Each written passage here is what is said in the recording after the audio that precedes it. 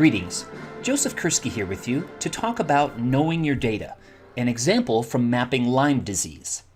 Now, I recently taught a workshop using Lyme disease case counts from 1992 to 1998 by town in the state of Rhode Island.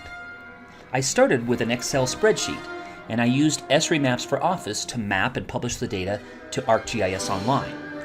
The results are here.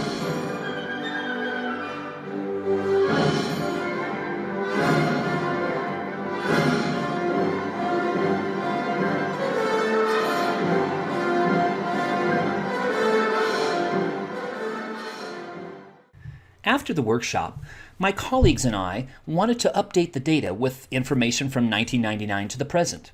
So we contacted the people at the Rhode Island Department of Health. They not only provided the data, for which we were grateful, but they also provided valuable information about the data. This information has wider implications for data quality in general that we frequently discuss on the Spatial Reserves blog. Now, the public health staff told us that Lyme disease surveillance is time and resource intensive. During the 1980s and 1990s, as funding and human resources capacity allowed, the state ramped up surveillance activities, including robust outreach to healthcare providers and other activities. Now, prioritizing Lyme surveillance allowed the state to obtain detailed clinical information for a large number of cases and classify them appropriately. We noticed a decrease from the 1990s to the 2000s. Now, the decrease observed, especially in the 2004 to 2005 case counts, was due to personnel changes and a shift in strategy for Lyme surveillance. Resource and priority changes reduced their active provider follow-up.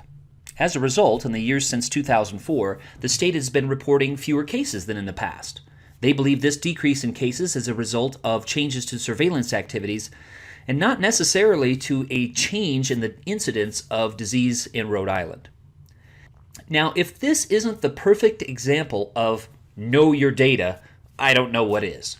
If one did not know the above information that I've just indicated, an erroneous conclusion about the spatial and temporal patterns of Lyme disease would surely have occurred. This kind of information often does not make it into standard metadata forms. Thus, this is also a reminder that contacting the data provider is often the most helpful way. It may sound retro, but it's often the most helpful way of obtaining the inside scoop on how the data was gathered. And you can bet that we will make sure this information is included in the metadata when we serve this updated information. Thanks.